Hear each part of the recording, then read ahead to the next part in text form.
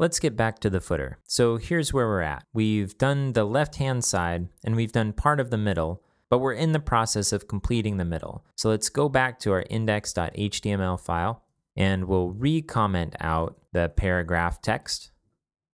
We had uncommented it so that we could play with relative measurements. And let's refresh the page. Now it'd be nice to have some padding here and we could add some arbitrary padding, but why don't we go to our design and see what padding we're actually using.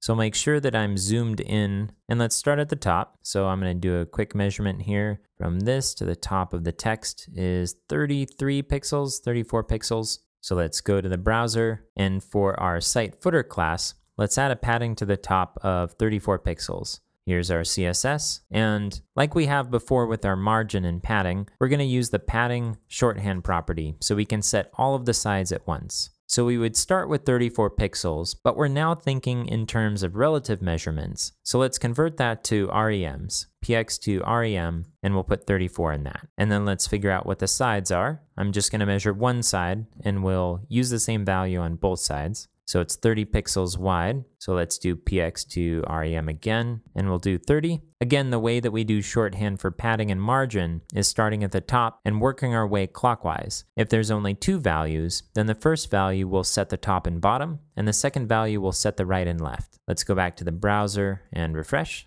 and we got some good padding here. Now in our mockup, it looks like there's more padding on the bottom, but I kind of wonder if this is maybe a design mistake. We'll see if the designer has anything to say about it once we deliver the final product. Okay, so the only other thing that's different here is that we're not centered. So let's center this. Again, this is our primary navigation, and we'll do text align, center.